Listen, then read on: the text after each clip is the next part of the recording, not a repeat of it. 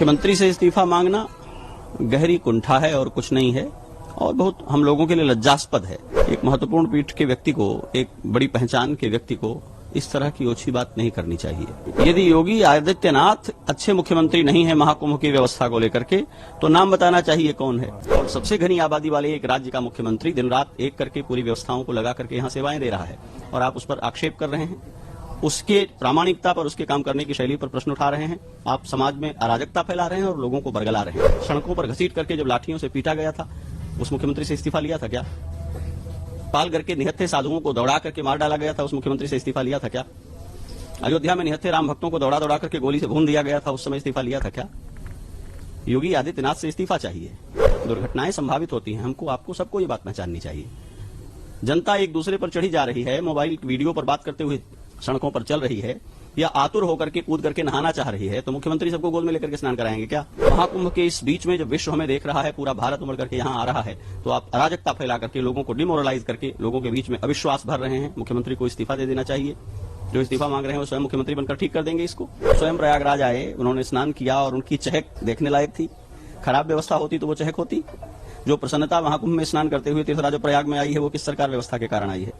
इसी व्यवस्था के से महत्वपूर्ण है।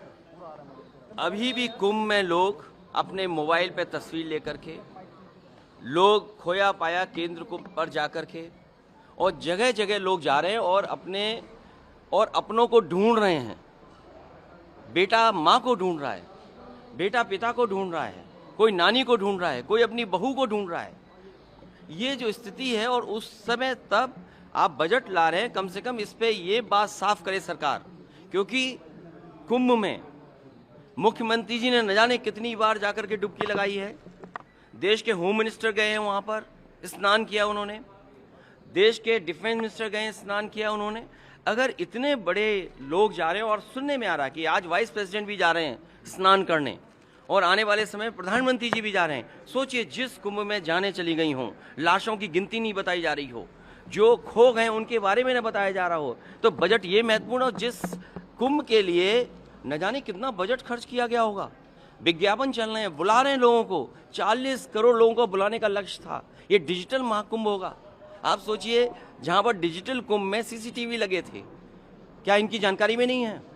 जो आपने आसमान में उड़ाने का काम किया था ड्रोन्स का, क्या आपको जानकारी नहीं है? तो ये बजट अपनी जगह है, लेकिन कुंभ महत्वपूर्ण है, जहां पर लाशें गई हैं और हिंदुओं की जान गई है। सरकार को जागना चाहिए, हिंदुओं की जान गई है, जो खो गए हैं, जिन्हें ढूंढने के लिए सरकार को कदम उठाने चाहिए। मैंने पहले भी कहा था कि सेना को दीजिए इंतजाम को, क्योंकि इंतजाम में सरकार फेल हुई है। सरकार केवल बुलाने में रही, इंतजाम में सरकार नहीं रही। और शाही स्नान, पहली बार ऐसा हुआ, साधु संतों ने मना कर दिया कि हम शाही स्नान नहीं करेंगे। उनको छिपाने के लिए फूल वर्षा की गई, जिससे कि संत लोग जान जाएं कि किसी की जान नहीं गई है। लाशें अभी भी हैं, आइडेंटिफाई नहीं हुई हैं। सूची आपके पास भी नहीं है। अगर आप भी मांगना चाहो, सूची नहीं दे रहे हैं, बताइए। आप बजट ला रहे हो, लेकिन महाकुंभ जिसको दुनिया में आपने प्रचार किया, दुनिया से लोग आए, उसमें जान चली गई, उसकी गिनती नहीं है आपको। आप रुपए की गिनती यहाँ कर करके बताना चाहते हो। ये बजट मायूस ना करे, लेकिन सबसे बड़ी बात है, कुंभ में जो लोगों की जान गई है, वो प्राथमिकता है समाजवादी पार्टी है, और सभी के प्रति बहुत गहरी संवेदना हमारी है। लेकिन उस दुर्घटना को लेकर के सरकार को और मुख्यमंत्री को आक्षेप करना और छिद्रान्वेषण करना या उन्हें दोषी मानना, मैं समझता हूं ये एक कुंठा का प्रकटीकरण है और कुछ नहीं है।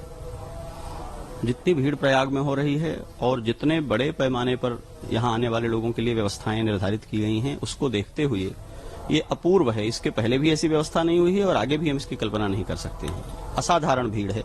आई हुई जनता भक्तिभाव से, श्रद्धा से भरी हुई है, और वो सारे लोग सामान्य नागरिक नियमों का पालन भी नहीं कर पा रहे हैं, जिसके कारण ये परिस्थिति सामने आई है। मुख्यमंत्री से इस्तीफा मांगना गहरी कुंठा है और कुछ नहीं है, और बहुत हम लोगों के लिए लज्जास्पद है।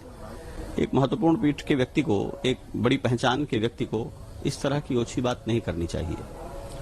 अगर योगी आदित्यनाथ, जो महीनों पहले से आकर के महाकुंभ मेले की व्यवस्था को सुनिश्चित कर रहे हैं, देश भर में घूम करके इस कुंभ की महिमा को बढ़ा रहे हैं, भारतवर्ष और उत्तर प्रदेश की महिमा को बढ़ा रहे हैं, संतों के ऊपर मुख्य पर्वों पर हेलीकॉप्टर से फूल बरसा रहे हैं, अगर उनके काम और उनकी व्यवस्था के प्रति हमारा संदेह है और हमारी निष्ठा पक्की नहीं है, तो कौन है जो यहां आकर ठीक कर देगा? यदि योगी आदित्यनाथ अच्छे मुख्यमंत्री नहीं है महाकुंभ की व्यवस्था को लेकर के, तो नाम बताना चाहिए कौन है। इतने बड़े समाज को, इतने बड़े प्रांत को, इतने बड़े मेले को, जिसको यूनेस्को मानवता की अमूर्त सांस्कृतिक धरोहर कह रहा है, उसके रूपायन करने वाले शिल्पी को आप कह रहे हैं आप इस्तीफा दे दें, दूसरे किसी को बना दीजिए। किसको बना दें? और जो कह रहा है दूसरे किसी को बना दें, वो स्वयं बनकर जरा ठीक कर दे इसे। अपना मठ चलाने में, अपना शिविर चलाने में, अपनी व्यवस्थाएं चलाने में लोगों को लाले पड़ जा रहे हैं व्यवस्थाओं के। और सबसे घनी आबादी वाले एक राज्य का मुख्यमंत्री दिन रात एक करके पूरी व्यवस्थाओं को लगा करके यहां सेवाएं दे रहा है, और आप उस पर आक्षेप कर रहे हैं, उसके प्रामाणिकता पर, उसके काम करने की शैली पर प्रश्न उठा रहे हैं। आप समाज में अराजकता फैला रहे हैं और लोगों को बरगला रहे हैं। हमें अपने दिन भूलने नहीं चाहिए। सड़कों पर घसीट करके जब लाठियों से पीटा गया था, उस मुख्यमंत्री से इस्तीफा लिया था क्या? पालघर के निहत्थे साधुओं को दौड़ा करके मार डाला गया था, उस मुख्यमंत्री से इस्तीफा लिया था क्या? अयोध्या में निहत्थे राम भक्तों को दौड़ा दौड़ा करके गोली से भून दिया गया था, उस समय इस्तीफा लिया था क्या? योगी आदित्यनाथ से इस्तीफा चाहिए। इतनी राजनीति में रुचि है तो आइए राजनीति करिए। इस देश में मुख्यमंत्री जनमत से बनता है, वोटिंग से बनता है, सांगठनिक और संवैधानिक योजना से बनता है। अपने मन से मुकुट पहनकर चांदी की कुर्सी पर बैठ जाने से कोई मुख्यमंत्री नहीं बन जाता है। आप कह देंगे और मुख्यमंत्री पद छोड़ देंगे। ये बातें समाज को दिग्भ्रमित करने के लिए कही जाती हैं। ये गहरी कुंठा से पैदा होने वाली बातें हैं। मैं मुख्यमंत्री का प्रचारक नहीं हूं, लेकिन इस महाकुंभ के मेले को देखते हुए, जिसमें रत्ती भर भी कृतज्ञता है और मानवता बोध है, वो उनकी वाह कहेगा, उनकी प्रशस्ति करेगा। और इतनी चिंता यदि है तो अपनी भूमिका तय करनी चाहिए। हम क्या कर रहे हैं इस मेले को ठीक करने के लिए? बहुत लज्जास्पद है और ये सुनकर के बहुत दुख हो रहा है कि हमारे भारत के, स्वतंत्र भारत के इतिहास में एक मुख्यमंत्री जिसने अपनी सबसे बड़ी प्रतिबद्धता धर्म को, हिंदुत्व की पहचान और सम्मान को बना रखा हो, उसको धार्मिक पहचान का वहन करने वाला एक व्यक्ति कहे कि वो इस्तीफा दे दें, वो योग्य नहीं है और वो नहीं संभाल पाएगा, लिपापोती करेगा। अब भाषा सुनिए, यही भाषा होती है। यही बोल करके समाज को हम सिखाएंगे बोला कैसे जाता है, बात कैसे की जाती है। आपको क्रोध भी हो तो आपके लहजे में, आपके चरित्र की, आपकी वाणी की बात जो है प्रकट होनी चाहिए। आप असहमत भी हो तो आप असहमत हैं तो बात करिए, अपनी असहमतियां रखिए।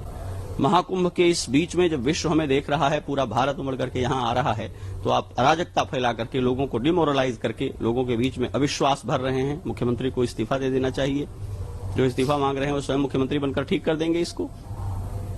हमारा इतिहास दुर्घटनाओं से भरा हुआ है। कोविड महामारी में लाखों लोग मरे हैं, किसको इस्तीफा दे देना चाहिए?